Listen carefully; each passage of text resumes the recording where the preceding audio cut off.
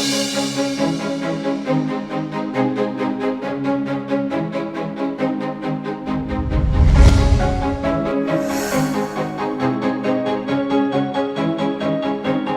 time for us to move on to our next session where we'll get to hear from even more experts on the topic SDGs and ESGs, matters for sustainable businesses, with our honored speakers, Dr. Soraphol Tulayasathien, Head of Corporate Strategy Division for the Stock Exchange of Thailand, or SET, Mr. Jia Kai or Kun Justin, Strategy Director at Accenture Singapore.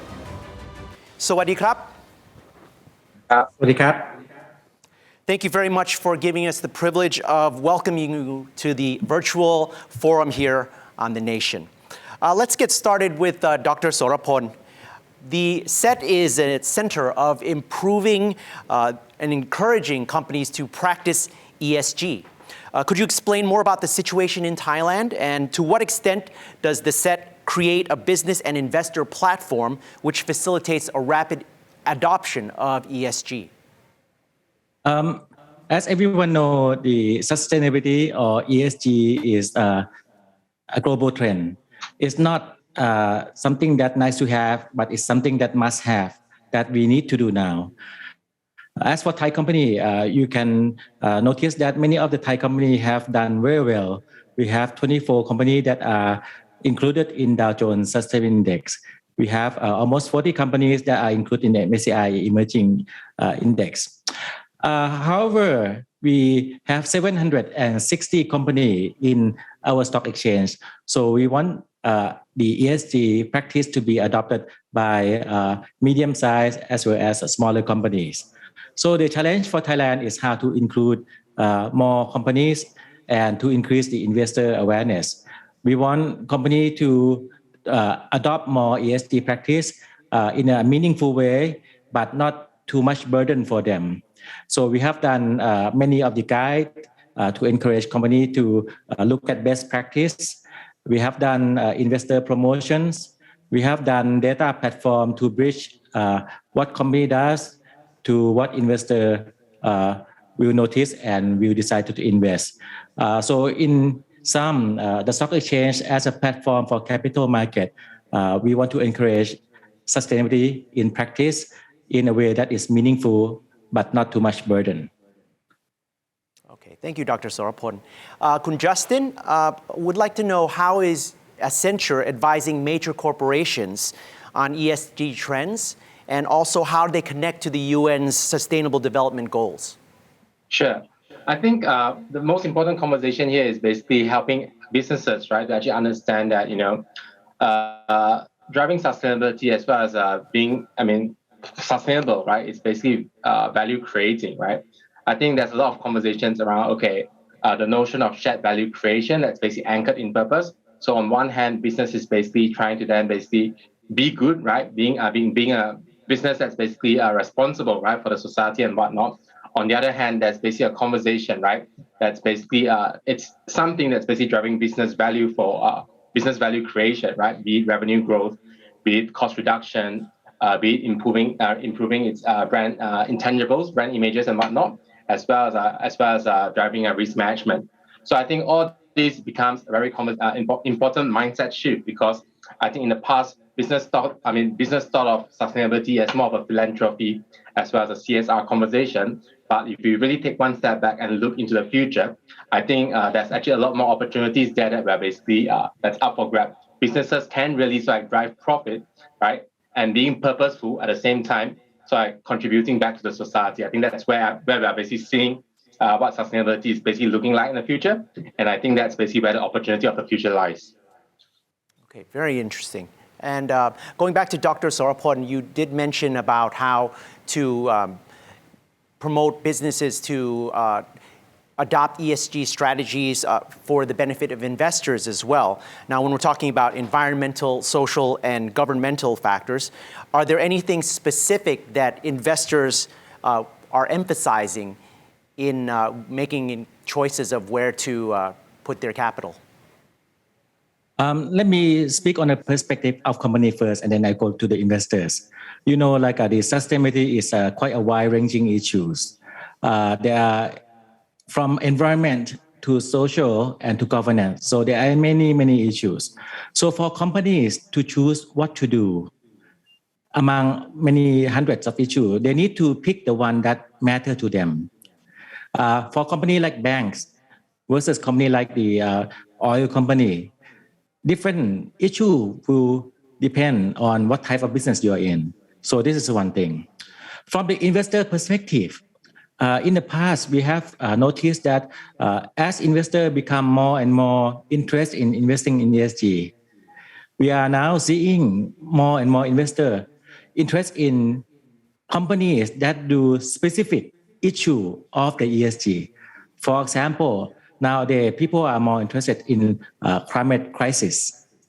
So sometimes they look for company that not only do the general, not all around good, but in the specific sense that they invest in those things. Or sometimes they look for a company that do some equality or something to improve the employment situations or supply chain management. So you start seeing investors interested in not only the general, but also specific issue. So very interesting movement at the moment. Khun Justin, it sounds like you're in agreement with what he's saying. And I want to ask you about, you mentioned about charities and CSRs as being things that companies had done in the past. What kind of genuine ESR strategies are companies able to implement that go along with ESG that are able to address specific matters? Understand. So maybe let me put this into 2 points, right? I think the first point is basically to actually address what Khun Soraphol said actually about investors. I mean, Accenture actually ran a CEO survey, right, with United Nations Global Compact over the last 10 years. In the past, we actually see investors, right, basically ranked number 8 or number 9 in terms of, flexing their muscles in terms of driving ESG changes. But if I basically just look at the recent one, I mean, investors basically shot up to number 3, right? Because, I mean, this is very important because investors really sees the importance of businesses, right, being the force to then drive sustainability transformation in the market. So it's exactly what Khun Soraphol said. There's really opportunities for businesses to actually do that. And it makes sense because for companies that's basically good in ESG, I mean, they generally tend to actually drive greater return, be it for the shareholder, as well as operating margin growth. And I think like the slide that you just showed up there, I mean, that's basically proven, right? It's no longer a myth. It's no longer a myth. It's basically something that we can measure. Now, tying to the second question. So I think the question here is basically, how do we basically see, businesses generally incorporate CSR or basically tying philanthropy as part of their ESG strategy? I think here, it's good to actually take one step back and basically look at I guess the broader problem, right? So I mean, let's talk about plastic in Thailand, or let's talk about climate change. I think in general, I mean that itself really basically provides an opportunity for businesses to then basically shape, I mean, collective effort, right, to then basically solve this wicked problem together. Just looking at one own strength on itself, I think that's not sufficient to then basically address this problem. And that's the reason why we actually see a bit of example. For instance, startups like Gap, GEPP, working with, I guess, big businesses, right, across Thailand, with the likes of IVR and whatnot, to collectively solve waste problem through a circular economy effort in general. And that's basically something, right, that basically ties all these different ecosystem partners together from a supply side, the demand side, the technology side, to join forces to then basically solve something new and basically drive value creation. And I think that's very important because in the past, we tend to actually look at sustainability in a very siloed manner. But in the future, if you were to actually tap on ecosystem innovation, technology to actually unlock change, I think, putting all these different stakeholders at the core of the business, it's a very important consideration to then basically drive change for a better society, as well as a better P&L at the end of the day. Okay, very nice. Dr. Soraphol, can you tell us a little bit about what are the limitations or challenges that listed companies may be facing and in their attempts to apply the SET's ESG strategies or principles to their operations? I think there are 4 main challenges. The first and foremost challenge is you need to have the tone from the top for the ESG to really working. So directors, the board of directors, as well as the top management need to endorse and give blessing that this is the way to go. I have seen many examples that for companies that have successfully done, they have not only have tone on top, but they also have the public commitment by stating, for example, the goal that they want to, for example, net zero by whatever year, or to encourage diversity, for example. So tone from the top is the number one challenge. The second is that you need to build in the sustainability into the strategy and the culture of organization. Many times, the sustainability issue is designated to one BU or one department within organization, and that does not work. The way you want to work is that you need every element, every function of an organization to work in sync toward the same goal. And there are many smaller projects that, if can be done by many functions, it can integrate toward the bigger goal that the company set. So the second challenge is, of course, to have it built into the strategy as well as the culture. And the third, I think is quite important, is to have some sort of data, the way that we can monitor.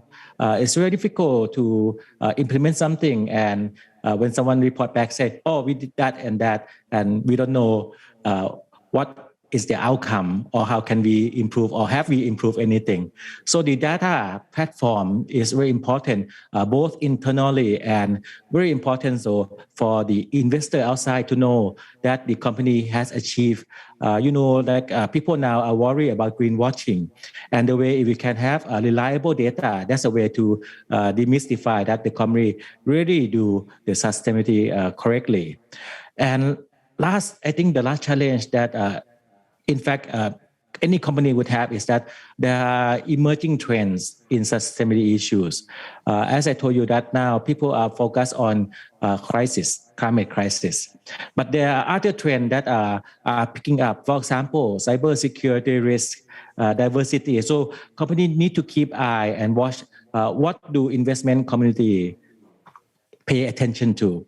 So emerging trend, if the company can catch that early on, they can implement that and incorporate into strategy and culture early on.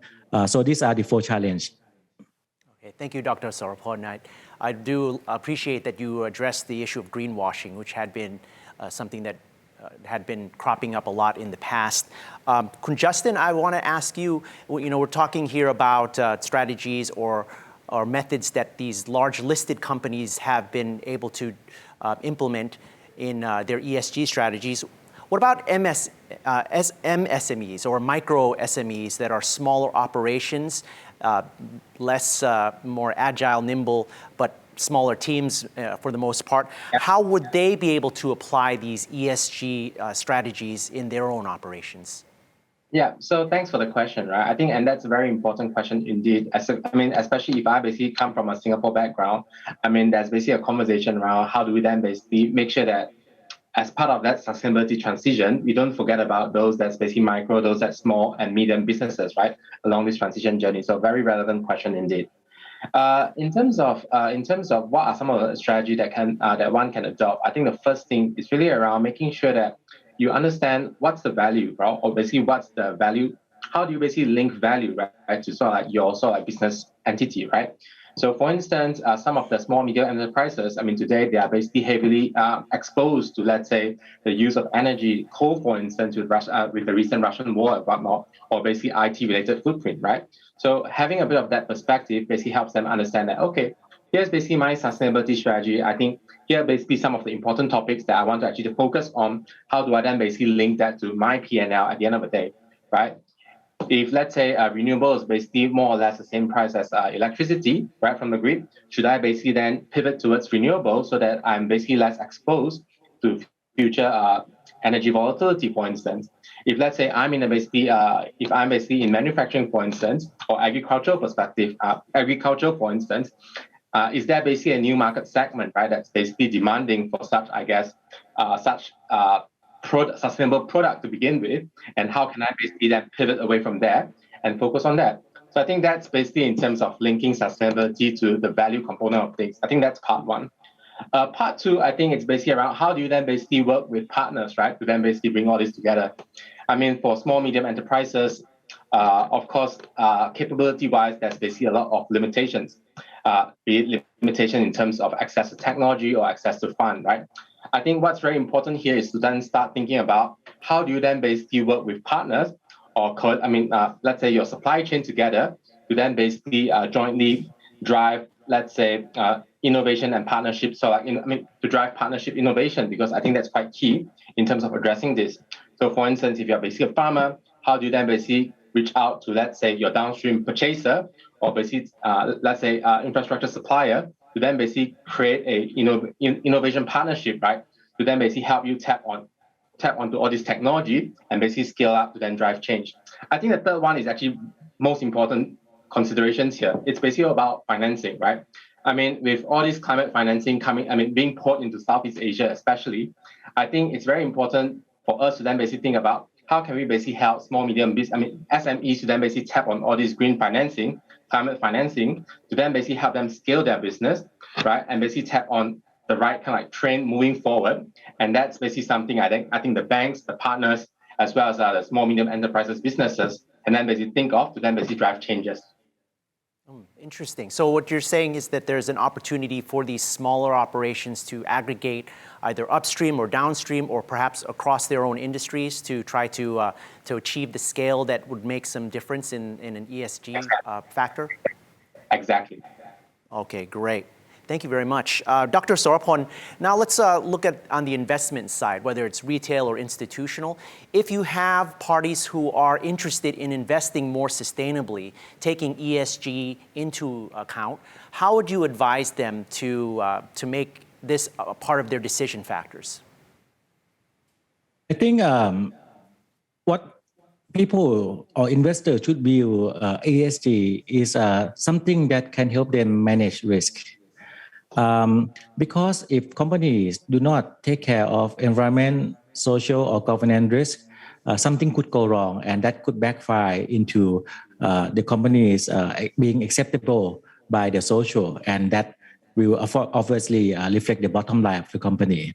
So ESG is something of a long term. It's something of risk management tools to ensure that investor will benefit from investing in company that look at every issues, taking care of all the risks. It's like a checklist for companies to do. So my advice for companies is to adopt them and use it as a tool. Don't use it as you're forced to. Use it as a tool to find opportunities, find niche, find a way that you can make sustainability and the business go hands in hand. There are many good examples, and we don't have time to cover at today's sessions.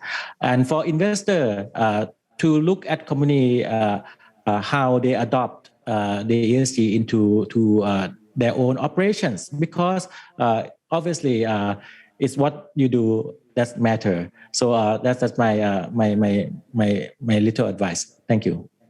Okay.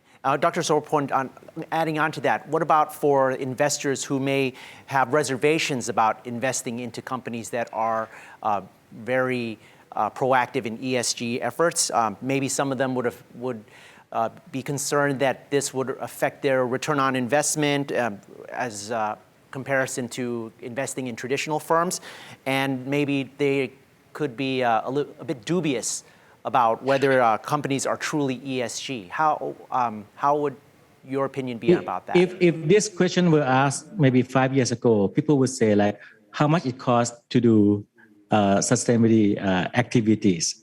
But the question being asked now, I think the mentality has changed. You can see the investment committee, the big funds have allocated money to invest in companies that do sustainability. And this is not because it's something nice to show, but it's something that they recognize that company that has adopted this sustainability, they tend to survive throughout the disruptions or any issue that emerge that are of social concerns. So I think the question now is that what are the costs of not doing it more than what are the costs of doing it? I think the question now twists. And I think now the trend is even more so. I think, as I told you before, that it used to be something nice to do. Now it's a must do. But I think in the future, sustainability is something that is desirable to do because we are seeing examples, countless of companies that when they start to implement environmental friendly, labor friendly, or any ESG, it turn into business. It turned to business because people accept it, consumer wants it, investor wants it. So it's something that can be revenue generating, not just the cost draining.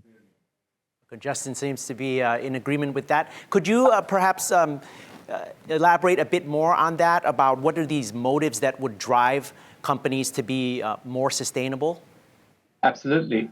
So I think if you basically look at it from a perspective of business lenses, right, I think there's basically four key motivations, right, that's basically driving companies to actually be sustainable. The first one is really around, from a near-term perspective, drive revenue growth. So for each of these, I'll dive into specific examples. So there's basically an element in terms of driving revenue growth. There's basically an element in terms of, basically minimizing their cost. There's an element in terms of improving their branding. And then, of course, there's basically a fourth element in terms of mitigating all these risks, right? So let's talk about revenue growth.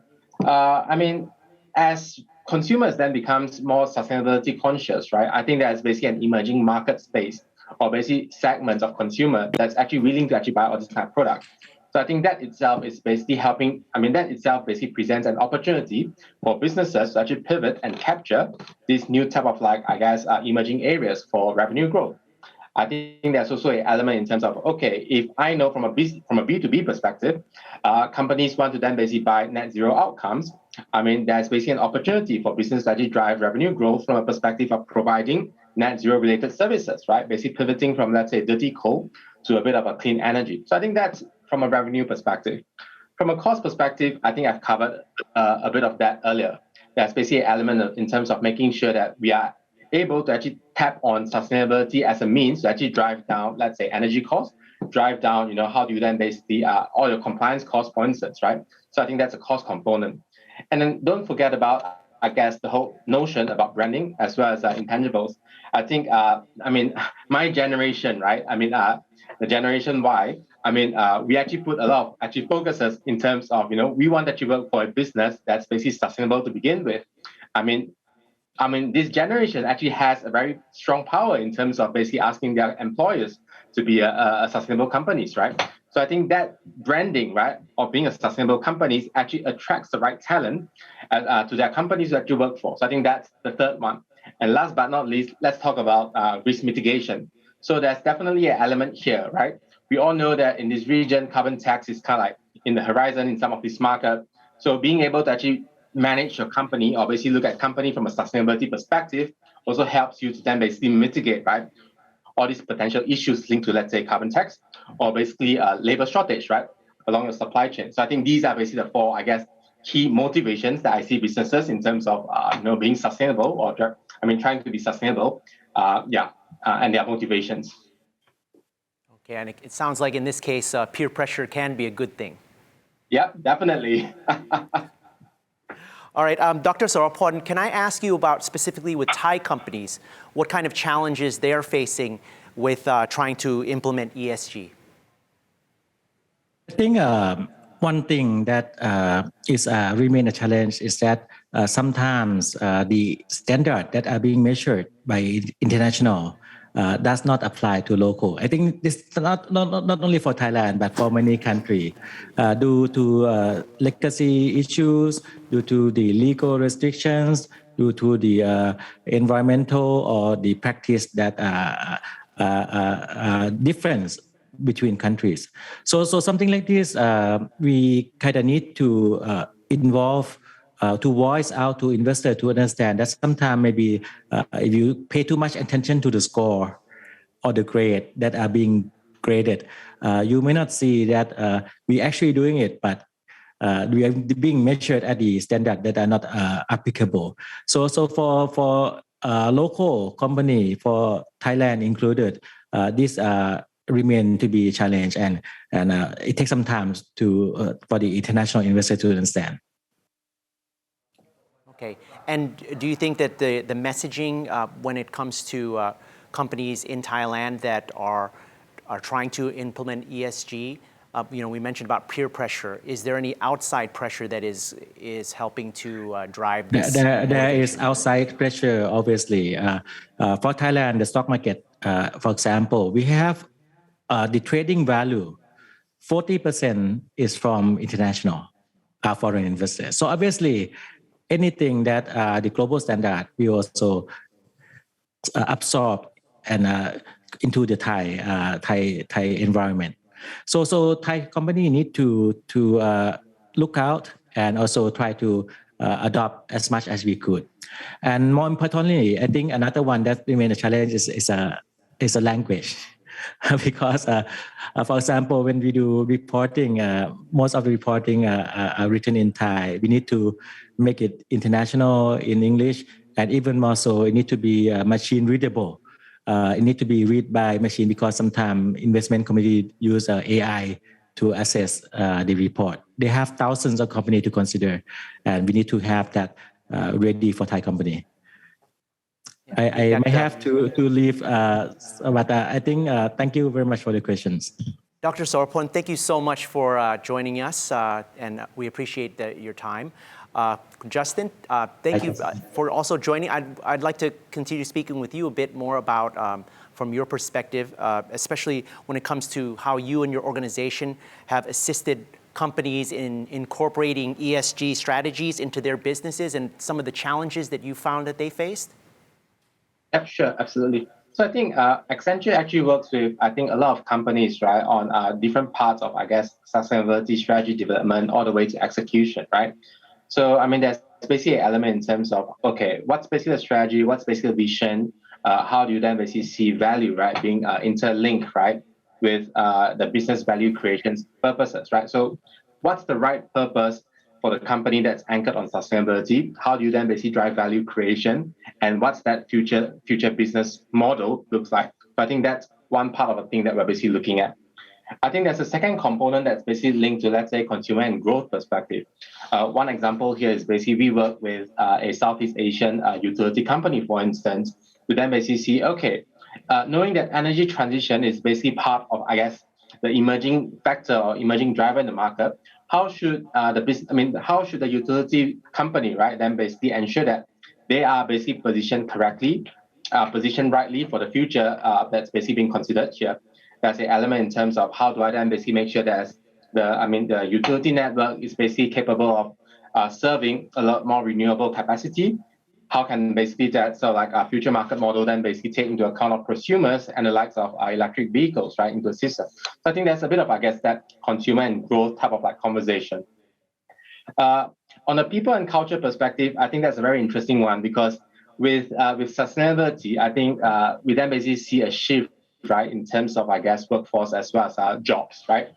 I mean, maybe a petroleum engineer in the last, 20 years ago is basically a very famous job position. But I think moving forward, maybe a solar engineer then becomes something that's very important, right? So that's definitely an angle in terms of how do we basically help companies to actually find new type of like, I guess, green jobs or define the green HR skill sets required for this future sustainability market.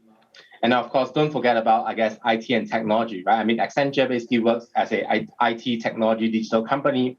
I mean, a huge chunk of our focus here is basically to see how can we basically bring the power of data, the power of technology and platform to then basically help drive sustainability outcome. For instance, machine learning, data, digital twin, how can we basically tap on all this, right, to then basically enable greater performances in terms of business processes as well as a technology outcome. And last but not least, let's talk about supply chain and operations. I mean, this is basically a very important factor because this then basically allows, this is basically an important part of business because as we drive towards a net zero world, for instance, having that right visibility in terms of supply chain resiliency becomes a very important topic here. And Accenture plays a part in terms of helping businesses, right, to then basically figure out how can we then basically bring in the right kind of information, the right collaboration partner to then basically make our supply chain a lot more a lot more resilient as well as sustainable. So those are the things that we are basically working on.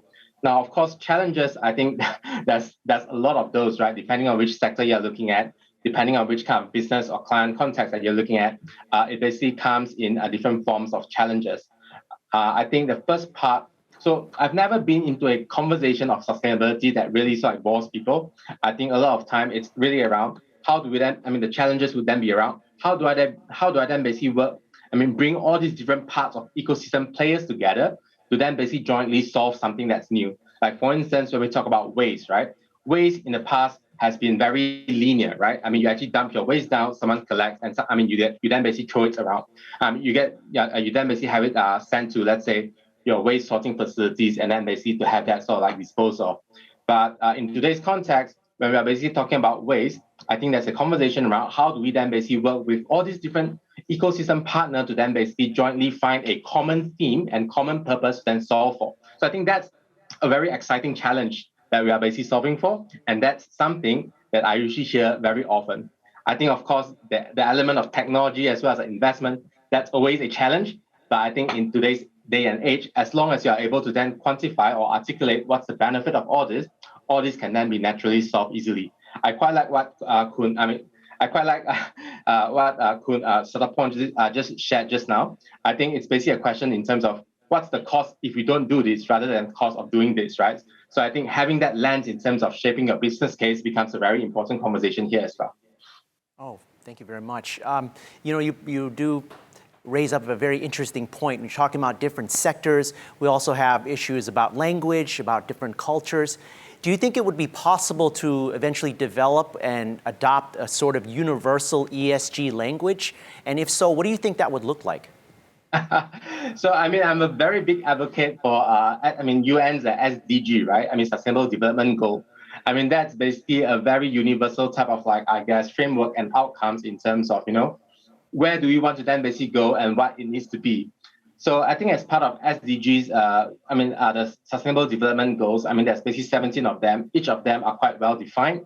Each of them actually comes with specific indicators behind the scene, right? So it basically is a very good start in terms of articulating what are we trying to drive from an outcome perspective and how do we then basically start measure. And the good thing here is that all this SDG is actually comes with metrics and indices, right? That can be measured, and this is actually measured at each country's at a country level, right? So, countries statistical bureau actually plays a part in terms of consolidating all this. So it basically makes sustainability, right, anchored on common language, i.e. the SDG, and that's basically a common measurement framework at the national level, i.e. for instance things that you actually see on the right hand side. So I think that's basically the framework as well as measurement. Now, from a private sector perspective, we are a lot more familiar, right, with the whole ESG conversation. I think that's also showing very signs and trends, right, that's basically working towards a common denomination, right? So if you basically see the likes of, let's say, GRI, TCFD and whatnot, there's basically a conscious effort, right, where all these different frameworks or basically methodologies are basically working towards a common definition, are basically making sure that they work in collaboration, right, to then come out with something that's basically common for all. So yeah, I know in the past it has been very difficult, right, to then articulate what does sustainability actually mean. But I think with effort from the likes of SDG as well as all these, sustainability performance management framework type of companies, this framework organization, we are basically seeing a unifying sort of metrics standards to then basically that's basically emerging, not so far, in the near future. All right. Thank you so much for that very enlightening discussion. Kun Justin Jia Kai from the Strategy Director from Accenture Singapore. Also, we were joined by Dr. Soraphol Tulayasathien, Head of Corporate Strategy Division for the Stock Exchange of Thailand. Thank you very much for your time and your very valuable insight. Sawasdee krap. Thank you. Sawasdee krap.